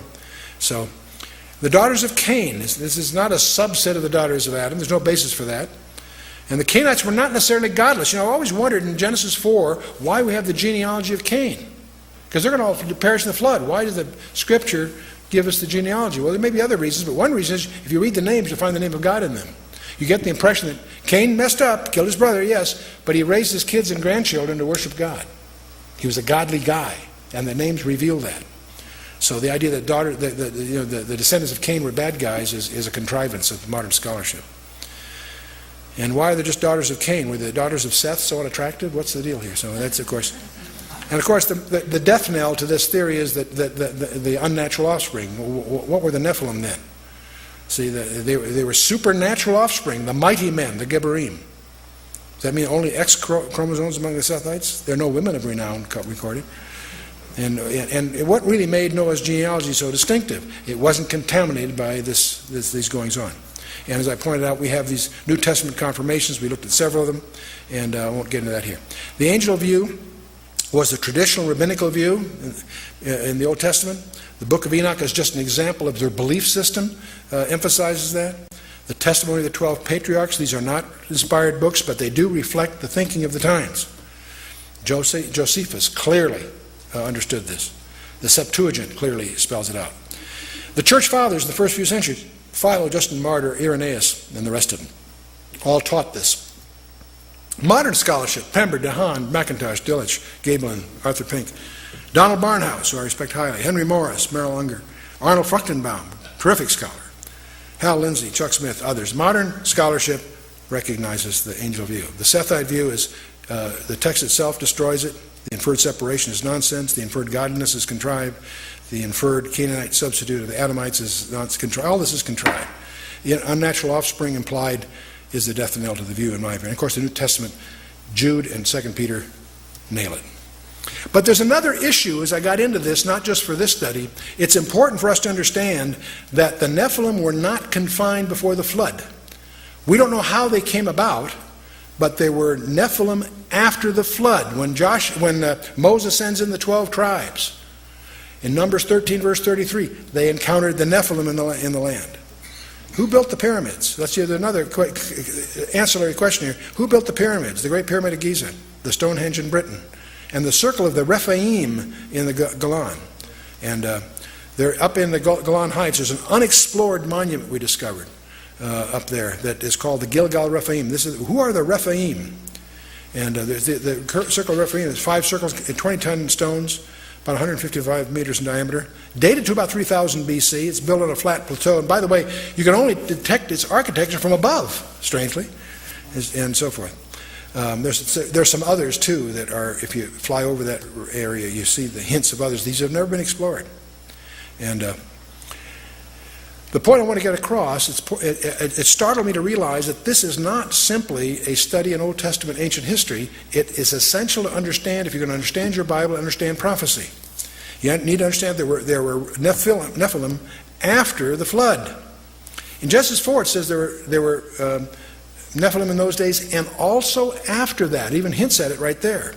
In Genesis 14 and 15, we discover there are 4 tribes at least, the Rephaim, the Emim, the Hurim, and the Zamzumim, that Joshua was instructed to wipe out every man, woman, and child. Boy, that sounds like genocide. It was, because we had the same thing, not a flood this time, it was a local situation. And Arba, Anak, and his 7 sons, the Anakim, are talked about not just in the Bible, but also in Egypt, by the way. They were encountered in Canaan, Numbers 13:33, when the 12 spies went. When they came back, Joshua and Caleb had the good report. The other 10 guys said, hey, there's Nephilim in the land. That's the word they used. They were giants. We are like grasshoppers in their sight. That's not an exaggeration. They had reason to be terrified. Obviously, Joshua and Caleb had faith in God. God's on our side, let's go. But and it's easy to disparage the other 10 guys. You need to understand they had, on the one hand, some reason to be cautious. In Deuteronomy 3 and Joshua 12, we encounter Og, the king of Bashan. He's the king of the giants, the Rephaim. Goliath, remember, he had 4 brothers. That's why David picked up 5 stones when he crossed the brook. Why? He was ready for all 5 of those guys. See, one of the things, you can go through the whole Bible and study the Bible in terms of Satan's strategy to try to thwart the plan of God. And when God indicates that his redemptive plan is going to come from the seed of the woman, he starts attacking Adam's line in Genesis 6 with the Rephaim, with the Nephilim. And that's God's response, of course, to the flood. Genesis 12, when God calls Abraham, now Abraham is singled out. As God refines the visibility more precisely of how his plan is going to work, it allows Satan to focus his attack. When Abraham's called, Abraham gets singled out for Satan's mischief. The famine in Genesis 50, the destruction of the male line in Exodus 1, Satan's attempt to thwart even when they get out, Pharaoh's pursuit in the Exodus. It was now when God calls Abraham, he tells Abraham in Genesis 15 and 17, that he's going to leave there, and 4 centuries later his descendants will come. Well, that lets Satan know he's got 4 centuries to lay down a minefield. And that's what we're dealing with here in the Rephaim in the land. And when God calls David in 2 Samuel 7, allows Satan to focus on David. And the attacks on David's line. Joram kills his brothers in 2 Chronicles 21. The Arabians slew everyone but one, Azariah. Athaliah kills all but Joash in 2 Chronicles 22. Every time there's an attempt to wipe out all the royal line, some servant hides a baby, whatever, there's always, it slips through. And Hezekiah, Isaiah 36 and 38, another example. When you get to the Persian period, here's Haman trying to wipe out all the Jews. And that's Satan's strategy to try to thwart the plan of God. And had it not been for Mordecai and Esther, it would seem he might have succeeded. And New Testament strategies. Remember Joseph's fear when he found out Mary was pregnant. He was going to put her away privately. God says, no, don't do that. That's part of my program. Herod's attempt when he wipes out all the babes in Bethlehem. It's Satan's attempt to wipe out God's plan at Nazareth in Luke 4, when Jesus uses Isaiah as his mandate for his ministry, Isaiah 61, we're going to throw him off a cliff, but he slips away. In Mark 4 and Luke 8, there are storms at sea, and I think they're both supernatural ones. That's why Jesus rebuked the sea and so on. And of course, the ultimate thwart was the cross. The cross. And this is all summarized in Revelation chapter 12. You can study it there carefully. But the main point of all of this is that Satan is not finished yet. And that may be what the UFOs are a preamble to. By the way, what does the Golan Heights, Hebron, and the Gaza Strip have in common? They're in the newsday all the time, right? These are the areas that Joshua failed to exterminate the Rephaim. The word Rephaim means the dead, the walking dead. Isaiah 26:14 says they cannot be resurrected. These are strange creatures. And it's interesting, if you study the strongholds that they failed to defeat, you'll notice that those same regions are the territories, the so-called West Bank, that are in dispute today. I think that's fascinating. Not Joshua, but his descendants failed to deal with these issues, and they plague them to this very day. The Golan was called Bashan, and it's just when Jesus is hanging on the cross in Psalm 22 verse 12, he says a strange thing. He says, many bulls have compassed me, strong bulls of Bashan have beset me round. I have no idea what that means, but I suspect he's not talking about cattle. I think he's talking about some kind of demon oppression that's involved. I think it's an allusion to the Rephaim. Let's talk a little bit about the nature of angels, because that's really at the root of this problem. You notice we learn a lot about angels by looking at the Bible. They always appear in human form. They look human. In fact, many people entertain them unawares, we find out. Sodom and Gomorrah, the homosexuals were after them. That tells you something. I don't want to be too graphic here. And at the resurrection and at the ascension, there's always a pair of angels. And they're like men. They look like men standing there. They spoke. They took men by the hand. They ate meals with them. They're capable of direct physical combat. The Passover in Egypt was by a death angel. In the book of 2 Kings, slaughter of the 185,000 Syrians. One angel after night slaughters 185,000 Syrians. You don't mess around with angels. Now, and they don't marry in heaven. Now that's a phrase. By the way, I'm making a contrast here. With the demons of the New Testament are not like this. They apparently are powerless except to the extent they can embody some person. They're not like angels. Don't distinguish between fallen angels, the bad guys, and the demons. The demons apparently are disembodied spirits looking for embodiment. Angels don't have that problem. They apparently can materialize. All the way through the scripture we see them that way. We do know they don't marry. Because the question everybody has is, can angels have sex? The scripture says no. No, it doesn't say that. Jesus says, for in the resurrection they neither marry nor are given in marriage, but are as the angels of God. He's talking about that in a resurrection bodies we don't have sex because we're immortal. There is no procreation. There is no reproduction issue. And angels, he's talking here about the angels of God in heaven.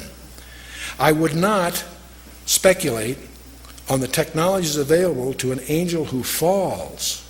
And that's what we're really dealing with here. Now, there's a strange word that gets overlooked by the scholars in general, and I've participated in some translation issues on this very issue.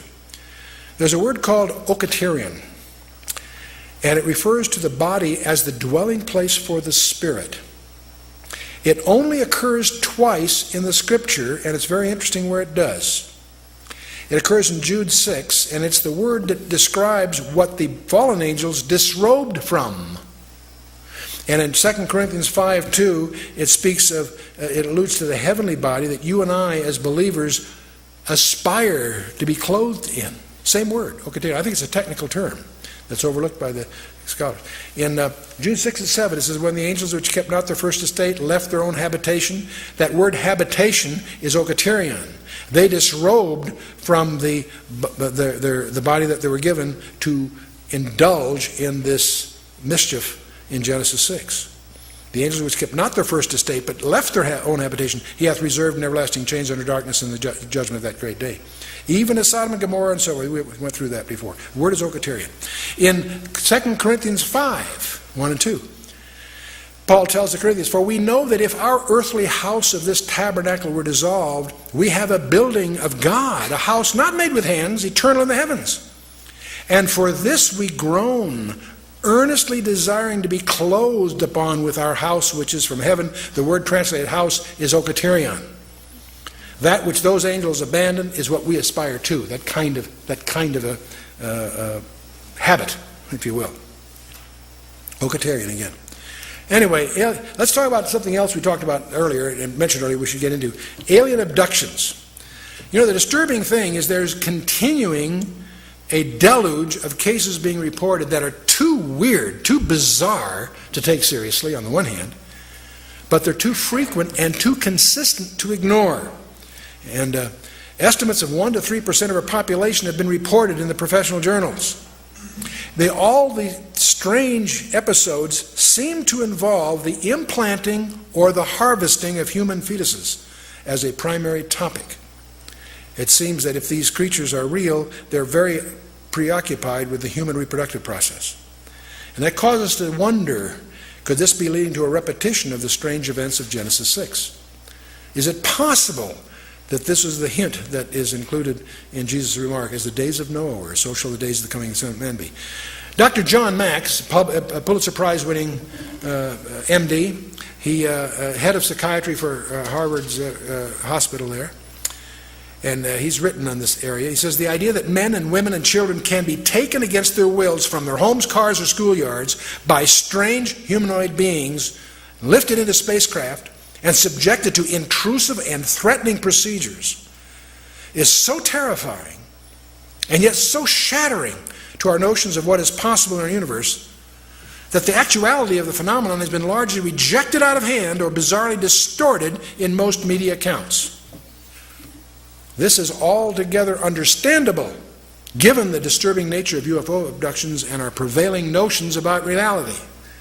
The fact remains, however, that for 30 years and possibly longer, thousands of individuals who seem to be sincere and of sound mind and who are seeking no personal benefit from their stories have been providing to those who will listen consistent reports of precisely such events. By the way, John Mack has personally dealt with 76 cases himself.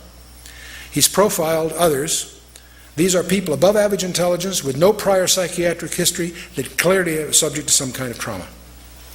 And there was a conference on this abduction phenomenon at MIT. And John Mack was one of the co-chairmen of that conference. And he says, if what these abductees are saying is happening to them isn't happening, what is? He's saying, what's really going on here? Here's Mack's challenge to the professionals that were there assembled. The high degree of consistency of the stories, the absence of any prior psychiatric illness, the physical changes and lesions. Some of these people have scars from the procedures, and I've encountered one myself on that. Independently witnessed by others while the abductions are taking place. There's not many, but there are a few. The involvement of small children is disturbing. Not likely they could be conditioned by, Well, let's move on. The coming to cosmic deception, what's the biggest lie of all? It's interesting. This all started back in Genesis 3. When God declared war on Satan, he says, I will put enmity between thee and the woman, and between thy seed and her seed, and he shall bruise thy head, and thou shalt bruise his heel.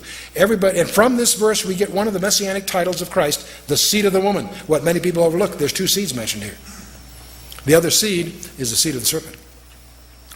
And so we have the seed of the woman and the seed of the serpent. And the seed of the serpent, we find all kinds of idioms. The red dragon in Revelation 12, the coming world leader, as I sometimes call him, the false prophet in Revelation 13. These forces are still at work and behind the world powers today. Check out Daniel 10 and really understand what's going on there. All of us have studied Daniel 2 and the sequence of nations, or empires I should say, that were re-echoed in Daniel 7, the winged lion, bear on one side, the leopard, the terrible beast, the 10 heads. Again, Babylon, Persia, Greece, Rome 1 and 2. We've been through that in our prophetic studies, and most people recognize the iron mixed with clay is the Roman Empire. Don't confuse that with Western Europe. The Roman Empire, part 1 and part 2. Well, we live in a world, what's going on in this world? There's a new world order. A world without borders is the concept. The end of the independent nation state. Multiculturalism is in. Check your faith at the door. We're going to all compromise. And this is all heading for a centralized socialistic government. And there are a couple of forcing functions. Every freedom-loving person considers this an anathema, except the problem is there's no way to avoid it. Nuclear proliferation is part of it. We're on the threshold right now of nuclear war because of this very issue. But there's another forcing function that nobody talks about. The possibility, ultimately, not yet, but coming, of cosmic threat of some kind. You say, Chuck, that's way out. That's fringe stuff. Really? Let's talk about the miry clay. You know, in Daniel's famous vision of the molten metal image, the last phase was, of course, the iron mixed with clay, the 10 toes. What is miry clay? Miry clay is clay made from mire or dust, if you will. And everybody talks about the clay in the 10 toes of Daniel's imagery. No one, I'm guilty too, paid any attention to Daniel's explanation of it. In Daniel chapter 2, verse 43, he's explaining the whole thing. He's interpreting the vision for you. When he gets to this, in verse 43, he says, whereas thou sawest the iron mixed with miry clay, they shall mingle themselves with the seed of men, but they shall not cleave to one another, and so on.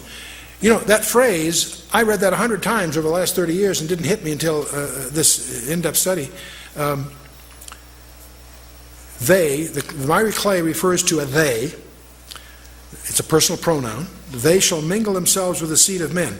In order to mingle themselves with the seed of men, they have to be something other than the seed of men, or it makes no grammatical or logical sense. So the they that are going to do the mingling are not the seed of men. Oh, could this be a hint of some mischief in the end times analogous to the mischief in Genesis 6? I think so. They shall mingle themselves with the seed of men. Boy, there it stares at me. Well, speaking of UFOs in the end times, you know, I remember Walter Martin. I was on his board for many years. My partner and I were the guys that brought him to the West Coast, and we because of his very, very critical ministry to comparative religions, we tried to keep him off this subject because we felt it would discredit his ministry. I don't hesitate these days for two reasons. One is I've got nothing to lose. My ministry is probably discredited anyway.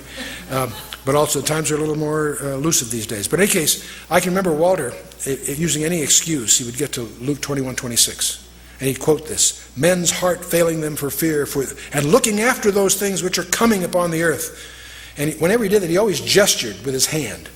Men's hearts failing themselves for fear, and looking after those things which are coming upon the earth. And he'd make a sort of an inverted saucer with his hand as it was landing. He'd say, coming, and he'd just gesture with it. He saw UFOs here. And for the powers of heaven shall be shaken. And I'm not to say he's wrong, but we used to always smile. Walter, get off that subject.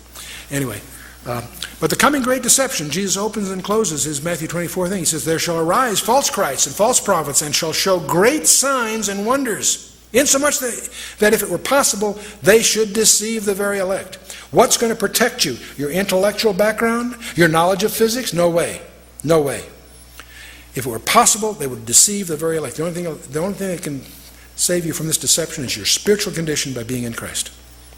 They shall show great signs and wonders. They're going to do things that are going to violate our apparent knowledge of reality. When we get to 2 Thessalonians, Paul in 2 Thessalonians 2 says a lot to say about this. He says, the mystery of iniquity doth already work. Only he who now hindereth will hinder until he be taken out of the way. And then shall the wicked one be revealed, whose coming is after the working of Satan, with all power and signs and lying wonders. The wicked one is going to do miracles. Be prepared for some political leader to raise people from the dead. We're not ready for that. The mystery, see, I think the restrainer is restraining far more than you and I have any idea. More than we have capacity to imagine. I think after the rapture, it's going to get so strange, it's going to be way out there. Now, where does this wicked one come from? It surprises many to realize the Scripture tells us. In Revelation 11 and Revelation 17. Revelation 11, verse 7, and when they shall have finished their testimony, the beast that ascendeth out of the bottomless pit shall make war against them, and shall overcome them and kill them. Where is this guy coming from? From out of the abuso.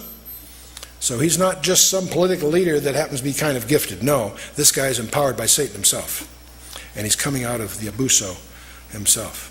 You get to Revelation 17. The beast that thou sawest was and is not, shall ascend out of the bottomless pit, go into perdition, and they that dwell upon the earth shall wonder whose names are not written in the book of life. The only thing that can protect you from all of this is your position in Christ. Second Thessalonians goes on, and because they receive not the love of the truth that they might be saved, for this cause God shall send them strong delusion that they should believe the lie. Don't assume that you can get saved after the rapture. People will be saved after the rapture. But if you've had an opportunity and turned down the redemption of Christ, this is what it's talking about. Because they receive not the love of the truth that they might be saved, and for this cause God will send them a strong delusion that they should believe the lie. Be careful. Don't play that game. If you're going to accept Christ, do it now. Don't wait, or you'll be vulnerable to the big deception. Now, the most absurd war is coming. I always fasten with Psalm 2, which is a dialogue among the Trinity. Why do the heathen rage and the people imagine a vain thing? The kings of the earth set themselves, and the rulers take counsel together against the Lord and against his anointed, saying, let us break their bands asunder and cast away their cords from us. And it goes on. This whole idea that the world is going to take up arms against God himself astonishes me. I can understand people not believing God or rejecting God, yes. I can't imagine going after him warfare. It just doesn't make sense. Why would the world go after him? I think the Nephilim thing will explain it. You know, it's interesting that the alien types, if you read you wallow through all this literature, Dr. Mark Eastman and I spent a lot of time going through that stuff, you'll discover there's three types of these so-called alien creatures that emerge. The grays, those are the diminutives, short, you always see them in the entertainment media. There's another group that seem to appear, but sometimes called the Nordics or the Pleiadians. They're about 6 foot tall, they're blonde, blue-eyed, they look like people. Could be around us now. And there's a third group that are the most grotesque of them all, what's sometimes called the reptilians. These are scaly, weird creatures that look like a refuge from some grade B science fiction movie. There's weird stuff. Well, these always show up. It's interesting, in Revelation 16, verse 13, 14, I've always wondered, how does the world go to war against God? And John tells us, I saw 3 unclean spirits like what? Like frogs come out of the mouth of the dragon, out of the mouth of the beast, and out of the mouth of the false prophet. For they are the spirits of devils working miracles, which go forth unto the kings of the earth and of the whole world to gather them to the battle of that great day of God Almighty. I think God is going to use some kind of strange creatures, demonic or whatever, to draw the world into this confrontation that is part of the climax that Revelation and the Old Testament deal with. Well, what's our challenge, you and I? Let's wrap it up. I'm going to give you a statement that I want you to challenge. Don't accept what I say or you flunk. I want you to challenge what I'm about to say, although I believe it sincerely. I believe you and I are being plunged into a period of time about which the Bible says more than it does about any other period of time in history, including the time that Jesus walked the shores of Galilee or climbed the mountains of Judea. That's a preposterous statement. But I believe you and I are being plunged into a period of time about which the Bible says more than it does about the whole gospel period. Now, we monitor and publish backgrounders and weekly updates on 10 strategic trends. And we continue on our website and in our publications. There are major prophetic themes about Israel, about Jerusalem, the rebuilding of the temple, about Babylon, about the coming invasion of the Middle East by Russia, Magog, if you will, the rise of China as a superpower, the decline of the United States, or I'll call the American challenge, the European superstate that's emerging, the move towards an ecumenical religion while all this is going on, as the Pope embraces Islam, global government as we see the nations struggle to in that direction, and there is another trend called the rise of the occult and UFOs. Watch for it. Now, the ultimate issue, of course, is none of this. The ultimate issue is that you and I are in possession of a message of extraterrestrial origin, and it's the only competent source to deal with these extraterrestrial issues. And this record, we call the Bible, portrays us as the objects of an unseen warfare. And our eternal destiny depends upon our relationship with the winner of that cosmic conflict. Where do you stand? What is your readiness for this encounter? And you can't protect yourself with your intellect. You can't protect yourself with your knowledge base in the traditional sense. It's a spiritual battle, and you need to understand that. Paul tells us that in Ephesians 6, verse 12. We wrestle not against flesh and blood, but against principalities, against powers, against the rulers of darkness of this world, against spiritual wickedness in high places. And what's your remedy? Your spiritual armor. Ephesians 6 details 7 elements of armor. Should be girded with truth. Take on the breastplate of righteousness. Have your feet shod with the preparation of the gospel of peace. Take your shield of faith, helmet of salvation, sword of the Spirit. And don't forget your heavy artillery, prayer. Now, each one of these is part of your spiritual armor. And twice, Paul emphasized, put on the whole armor of God, not just your favorite pieces. To do that, you got to know what these are. And you need to do a very in-depth study of each of these 6 elements, and obviously, I should say 7 elements. We don't have time to do that here, but I urge you to make a commitment to do a serious study of these things. And don't forget the 7th. Many people stop at verse 17. Don't go to verse 18. All right, we have a 24-hour hotline to the throne room of the universe, and he's anxious to hear from us. And we call it prayer. That's your heavy artillery. Keep that in mind. Now, these strategic trends that we monitor on our website, weapons of mass, each one is a biblical trend, each one is a standard category of data collection by the intelligence community, and we tend to monitor them. Weapons of mass destruction, the rise of Islam, the struggle for Jerusalem, the Magog invasion, the rise of the European superstate, the rise of China, biotech and global pestilence is another one, ecumenical religion, global government, and the American challenge. Now, each one of these we have backgrounders on. Each one of these is on our website, and there's no passwording required. You can get your background by just dialing in. We also will give you a weekly update. Once a week, we call it e-news. If you sign on our website, give us your email address, no charge. You can turn it off if and so you want to.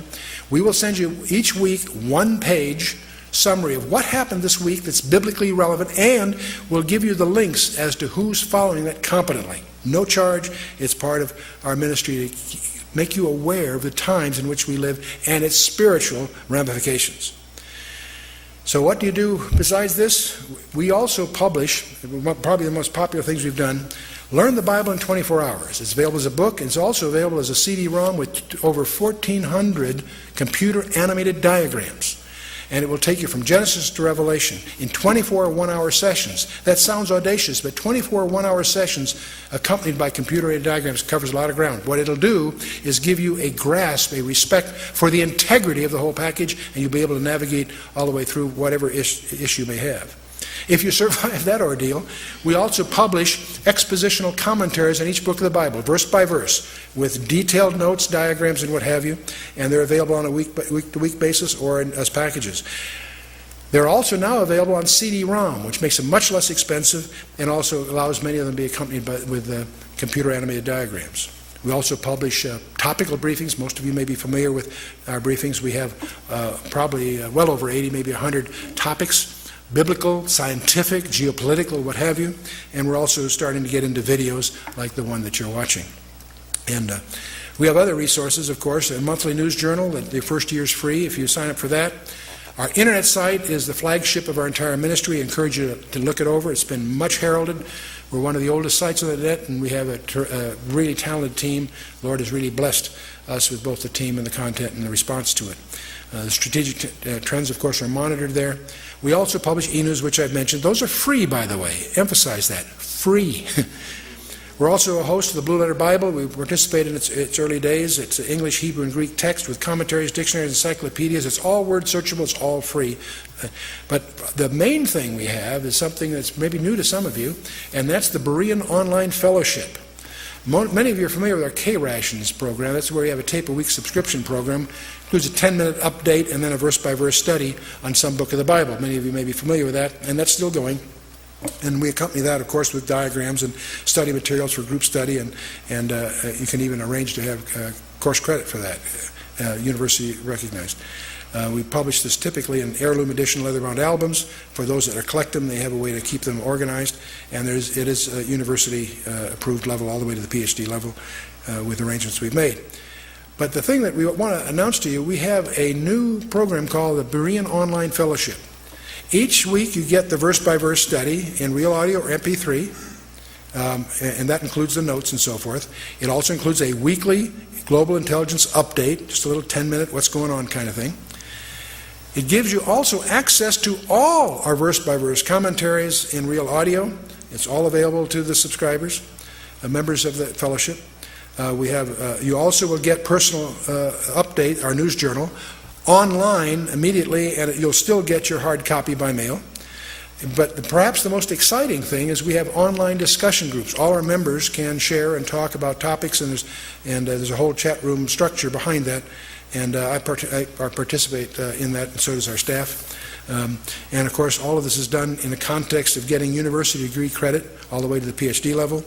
And there's all kinds of members-only offers and privileges in terms of access and other things that we're doing. So that's going to be our primary online fellowship.